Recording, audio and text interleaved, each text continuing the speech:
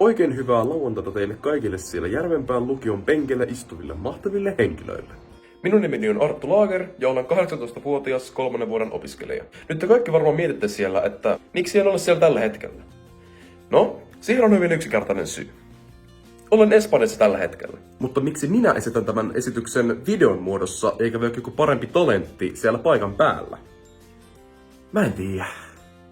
Mä oon liian monessa asiassa mukana, enkä mä osaa sanoa myöskään ei. Kiitos Päivi.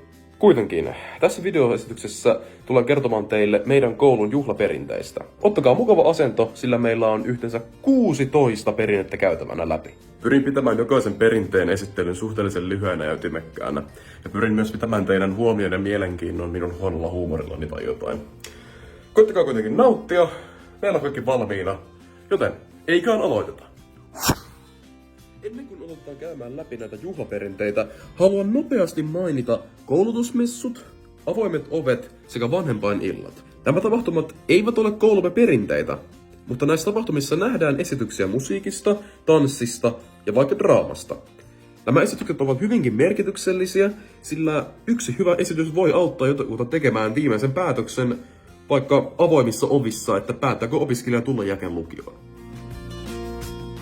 Like over there, in front of the like school doors. Ennen kuin lukuvuosi edes alkaa, niin koulumme uudet opiskelijat, eli abit, juhlivat abivuoden alkamista kokoontumalla koulun ulkopuolelle, jossa he sitten viettävät koko yön ja nukkuvat teltoissa.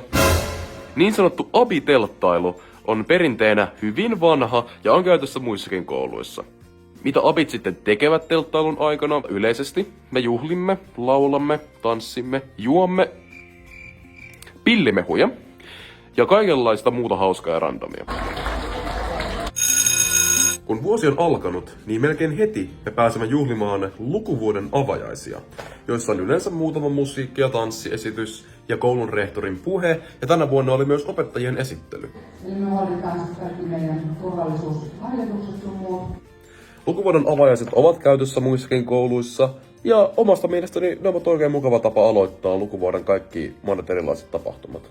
Oman henkilökohtaisen mielipiteeni mukaan yksi parhaista koulun perinteistä on muso-opettajan järjestämät Open Stageit, joita on 3-5 kertaa vuodessa, yleensä yksi per jakso, vaikka se ei ole aina mahdollista. Open Stageissa käytännössä kuka tahansa voi tulla esittämään jotakin matalalla kynnyksellä koulumme auditorioon ilmoittamalla muso-opeille. Open Stageissa on nähty musiikkia, tanssia, lavarunoutta, improv-pelejä, jopa lyhyitä draamaesityksiä ja varmaan muutakin, josta minulla ei ole mitään hajuata, mitä mä en ole nähnyt. Ja tämä tapahtuma on tietojen mukaan pelkästään meidän koulussa. Ja nämä tapahtumat ovat aina erittäin mielenkiintoisia ja mahtavia, joten iso kunnioitus muso-opeille, Sannalle ja Marikalle. Abeja alkaa yleensä hajottamaan viimeiset päivät lukiossa enemmän kuin armeijan 2 tunnin mittaiset sulkeisharjoitukset.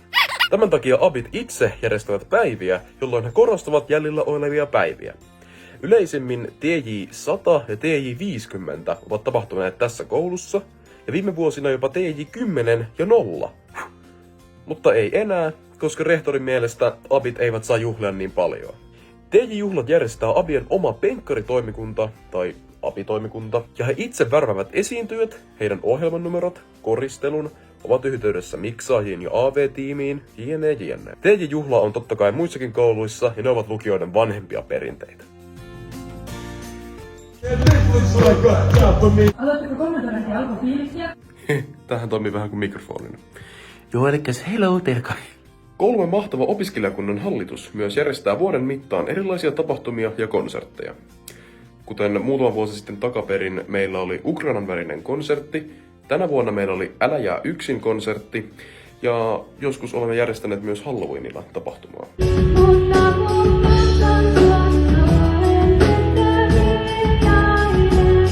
Tapahtumista vastaa opiskelijakunnan tapahtuma- ja toimintavastaavat. Nämä tapahtumat ja monet muut vuosien varsilta ovat vain meidän koulussa. Mutta tietenkään mikään ei estä muita opiskelijakuntia järjestämästä omia tapahtumiaan. Mutta he eivät tule koskaan olemaan meidän tasolla. Yksi koulumme parhaimmista ja uniikeimmista perinteistä on Kaamoksen karkottajaiset, jotka järjestetään syksyisen kaamoksen ja masennuksen karkottamiseen leikkimielisessä mielessä. Tässä tapahtumassa on musiikki- ja tanssiesityksiä ja tavoitteena on tehdä kunnon, iloinen, hauska ja mahtava show, jolla saadaan kaamos karkoitettua. Se saapuu painajaisineen. Tapahtuma toimii myös hyvin opiskelijoille ensimmäisenä areenaesityksenä. Ja monesti saattaa käydä niin, että joku opiskelija on vetänyt hyvin viime Open Stageissa ja sitten musaopet painostavat, siis kannustavat, tulemaan kaamoksen karkottajaisiin. Näin kävi esimerkiksi minulle ja kavereilleni. Tämä tapahtuma on pelkästään meidän koulussa ja se on aivan mahtavaa. Vähän ennen itsenäisyyspäivää, niin koulussamme juhlitaan Suomen itsenäisyyttä Vapauden viestijuhlalla. Juhlassa on muutamia musiikkiesityksiä, mahdollisesti tanssia, ja yleisesti ollaan kutsuttu joku merkittävä henkilö tai useampikin antamaan puheita, ja myös luetaan Vapauden viesti veteraaneilta nuorille, ja se annetaan eteenpäin seremonialaisessa merkityksessä. Emme ole vain pieni maa pohjoisessa. Sen leijona lippua jää. Ja itsenäisyys ole milloinkaan itsestäänselvyyksiä. Yli 280 000 haavoittunutta.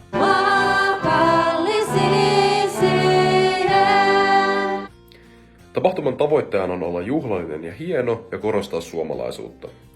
Tapahtumaa juhlitaan muissakin kouluissa, mutta vapauden viestiä ei lueta tietojeni mukaan useasti muissa kouluissa. Kun talvi saapuu Pohjolaan, niin jotkut apeista valmistuvat. Nämä apit ovat yleensä 3,5 vuoden opiskelijoita tai jotain järkyttäviä työmyyriä, jotka ovat valmistuneet 2,5 vuoteen. Ylioppilasjuhlissa on musiikkia ja tanssiesityksiä, ylioppilaina rehtorin puhe, yhteislaulu ja totta kai ylioppilaiden lakkien päähän laittaminen. Kun ylioppilaat laittavat lakin päähän, niin opettajilla on 2 mahdollista reaktiota. 1. Joko he purskahtavat itkuun, että kuinka ihania nämä opiskelijat ovatkaan, ja nyt he lähtevät, apua. Tai sitten he hurraavat, että ei tarvitse enää koskaan nähdä heitä uudestaan. Koulussamme on mahdollista kehittää ja tehdä oma musiikkikonsertti, jonka pääsee itse kokonaan järjestämään koulumme auditoriossa. Koulussamme on musiikkilinja, eli yleisemmin musiikkilinjalaiset ovat tehneet näitä konsertteja, mutta mukana on myös yksilöitä, jotka eivät ole linjalla. Konsertteja on hiukan ympäri vuoden, mutta ne yleisemmin alkavat joulukuussa. Ja erittäin hienoja. Joulujuhla on klassikko ja kaikki tietävät miten ne menevät. Musiikkia, tanssia, puheita ja yhteislauluja, bla bla, jee, tylsää. Tiedän, mutta oli pakko. Joulua juhlitaan kaikkialla.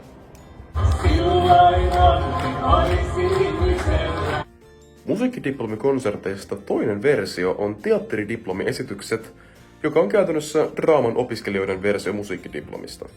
Tämän diplomin voi suorittaa monella tavalla: näytteleminen, ohjaaminen, käsikirjoittaminen, maskeeraus, valot, ääni, jne. Ja diplomin voi tehdä myös isommassa porukassa. Abien suurin ja parhain juhla, penkkarit, eli penkinistujaiset, eli TJ0, eli Abien viimeisen päivän juhlimisjuhla.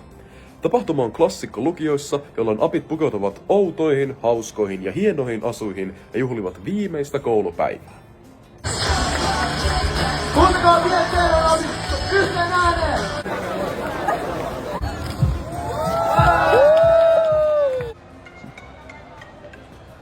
Mikä sun nimi on?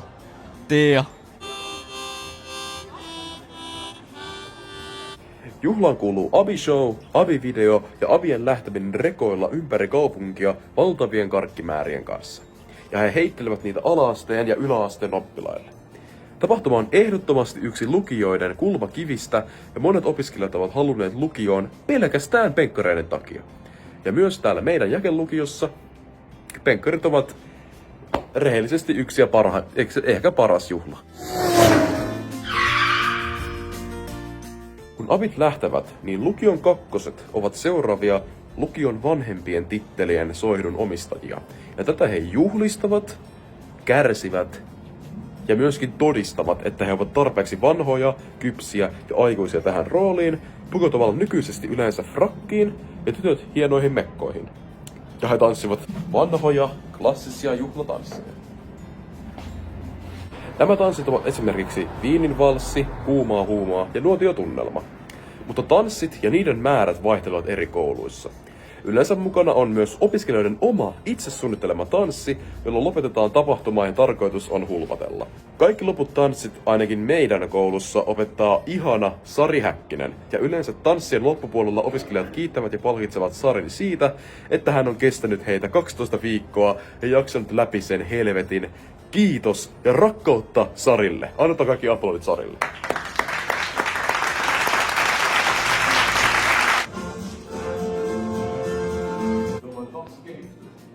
Vanhat on myös mahdollista tanssia useamman kerran, kuten minä olen tehnyt, mutta se alkaa menemään jo kalliiksi lompakolla. Musaopet järjestävät yleensä lukuvuoden lopun alussa musiikin ja tanssin viikon, jolloin joka päivä on koulumme areenalla pieniä esityksiä joko musiikista tai tanssista. Ja viikko huipentuu loppukonserttiin, joka on hiukan isompi kokonaisuus ja siellä on enemmän esityksiä. Tapahtuma on tietääkseni pelkästään meidän koulussa ja se on ollut viime vuosina erittäin onnistunut. Koska esimerkiksi viime vuonna täällä kävi Paleface antamassa esitelmän ja pienen keikan räpistä minun ansiosta. Ja viikolla on muutakin tapahtumaa liittyen musiikkiin ja tanssiin. Kun lukuvuosi tulee päätökseen, niin siitä pitää juhlia. Ja tähän on keksitty jokaiseen kouluun kevätjuhla. Kevätjuhla on sama kuin joulujuhla käytännössä, eli yhteisiä lauluja, musiikkia, tanssiesityksiä ja rehtorin puhe, bla bla bla. Tapahtuma voi olla monille viimeinen mahdollisuus esiintyä koulussa, jos ei ole päässyt esiintymään ylioppilasjuhlaan. Koulumme lukuvuoden viimeinen juhla on keväällä valmistuvien ylioppilasjuhla. Tämä juhla noudattaa samaa kaavaa kuin syksyllä valmistuvien juhla, paitsi että tällä kertaa opiskelijoita on reippaasti enemmän ja rehtorilla on paljon enemmän nimiä luoteltavana ja stipendejä annettavana. Onhan siinä yhdelle puolelle paljon juhlittavaa. Ja parasta tässä on se, että käytännössä kaikki samat tapahtumat ovat uudestaan seuraavana lukuvuonna. Nyt kiitän kuitenkin teitä kaikkia kuuntelijoita, että jaksoitte kuunnella tämän esityksen läpi, vaikka tämä saattoi olla hiukan haukion kala tyyppinen esitys.